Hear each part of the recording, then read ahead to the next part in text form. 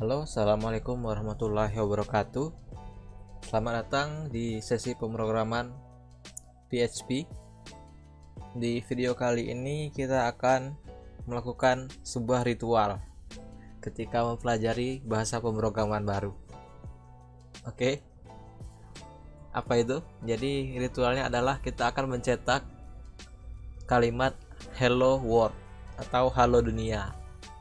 Jadi kalau kalian pernah mempelajari bahasa pemrograman lain pasti paham.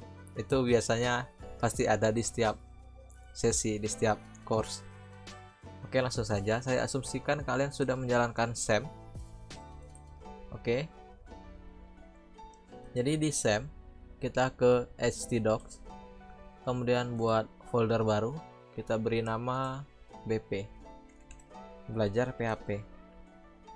Oke, jadi namanya bebas ya. Kalian bisa menyesuaikan. Kemudian kita buka text editor. Saya di sini menggunakan VS Code.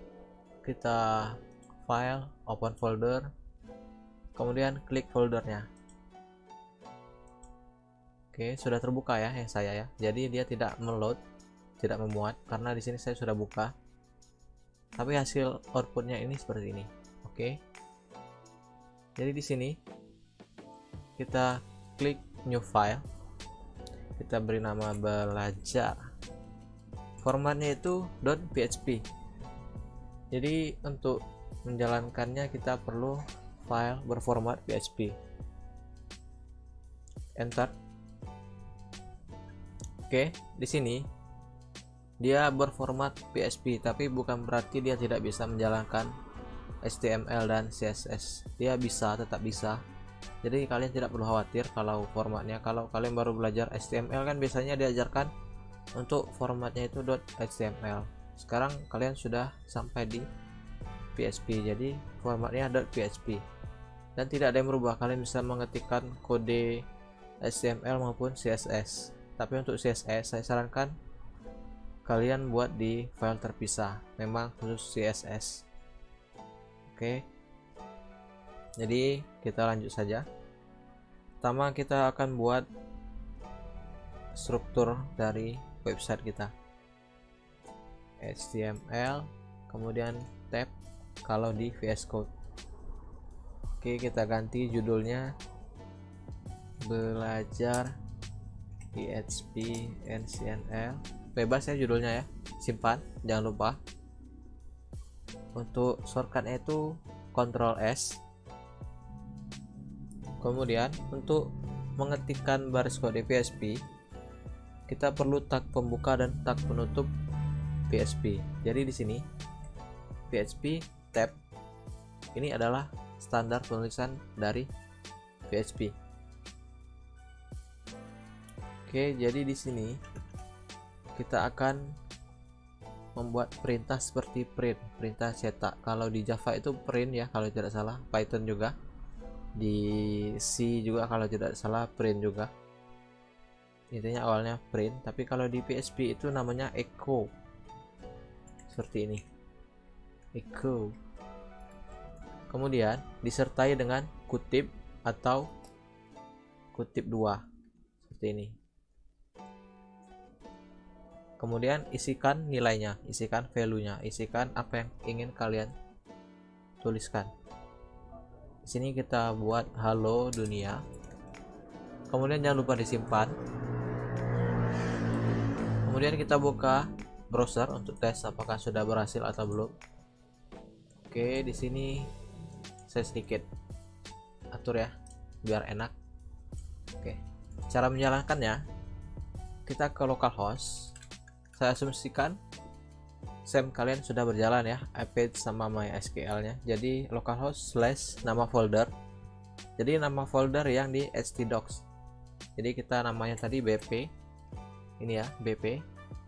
Kemudian ini nama filenya. Nama filenya belajar.php. Jangan lupa formatnya ya. Enter. Dia akan menghasilkan output seperti ini. Halo dunia. Kemudian di sini echo ini ada lagi bentuk lainnya. Jadi biar saya tunjukkan bentuk lainnya, itu seperti ini. Ini dibaca sama dengan echo. Kalau kita refresh, hasilnya akan sama. Kenapa? Karena sama dengan di awal tag pembuka di tag pembuka PHP ini dibaca sebagai echo. Tapi kalau kita buat seperti ini, sama dengannya diberi jarak, ini akan menghasilkan error. Dia tidak dibaca sebagai echo, tapi dia dibaca sebagai operator.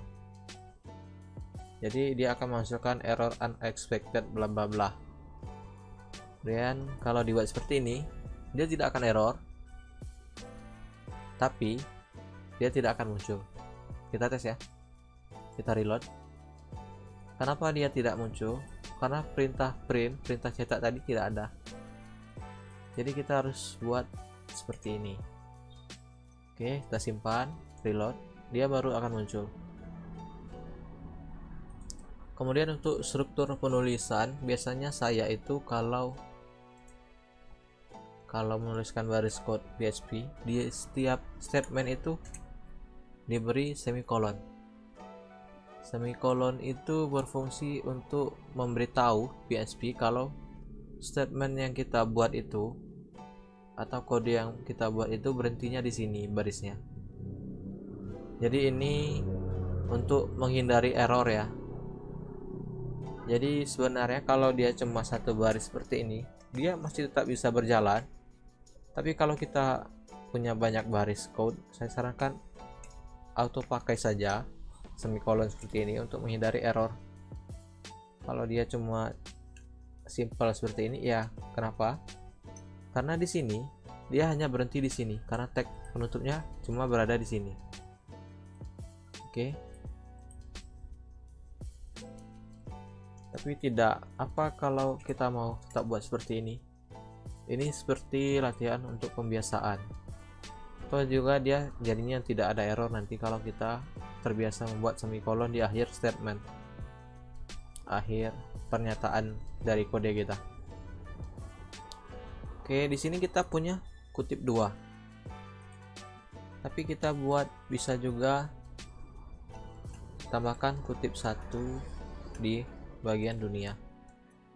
Ini untuk membuat kutip 1 di bagian kalimat dunia. Tapi bisa juga dibalik. Kita contohkan dulu yang seperti ini ya. Kita reload, dia akan seperti ini outputnya. Tapi kalau kita buat ini, petik 1 seperti ini, save, dia juga akan menghasilkan hasil yang sama seperti halo dunia biasa. Jadi ini opsional ya, kalian bisa menggunakan kutip 1 atau kutip 2 untuk string. Nanti kita akan bahas string apa atau itu yang lain. Jadi ini kita bisa atur kutip 1 di dalam string. Kemudian bisa juga sebaliknya, kutip 2 di dalam string. Seperti ini.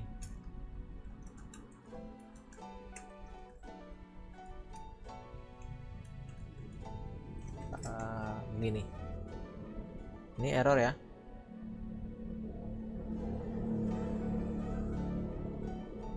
Kenapa? Karena ini ada kutip 2 lagi di sini.